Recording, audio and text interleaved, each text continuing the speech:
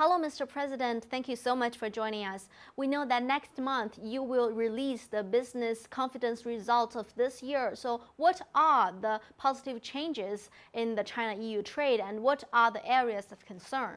If I'm going to focus on one particular positive aspect, it is that a significant proportion of our members, they indicate that they can see a real effort on the part of the Chinese government to address business issues and continue on the path of reform and opening up.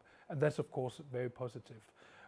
On the not so positive side perhaps is that a majority of our members, they are getting squeezed on the margins. They're seeing lower profit, and a number of our companies, a quite significant number of our members, are also beginning to feel issues related to overcapacity. We can see that there are certain industries, in particular related to new energy sources, where there have been significant overinvestment.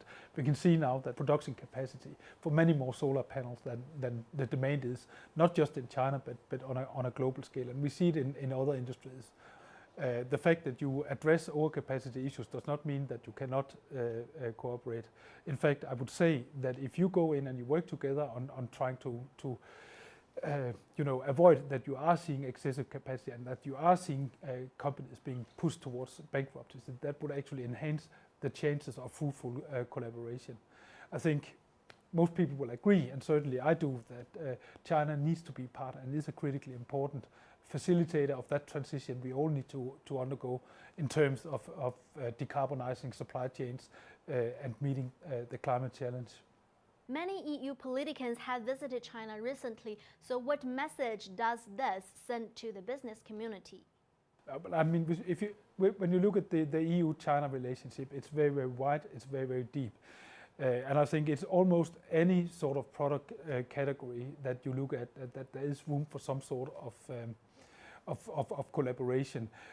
What we are seeing, of course, also is that China is climbing the value ladder, and that we see increasingly that labor-intensive, low-value-added manufacturing is moving out of China. So it's a relationship that's evolving.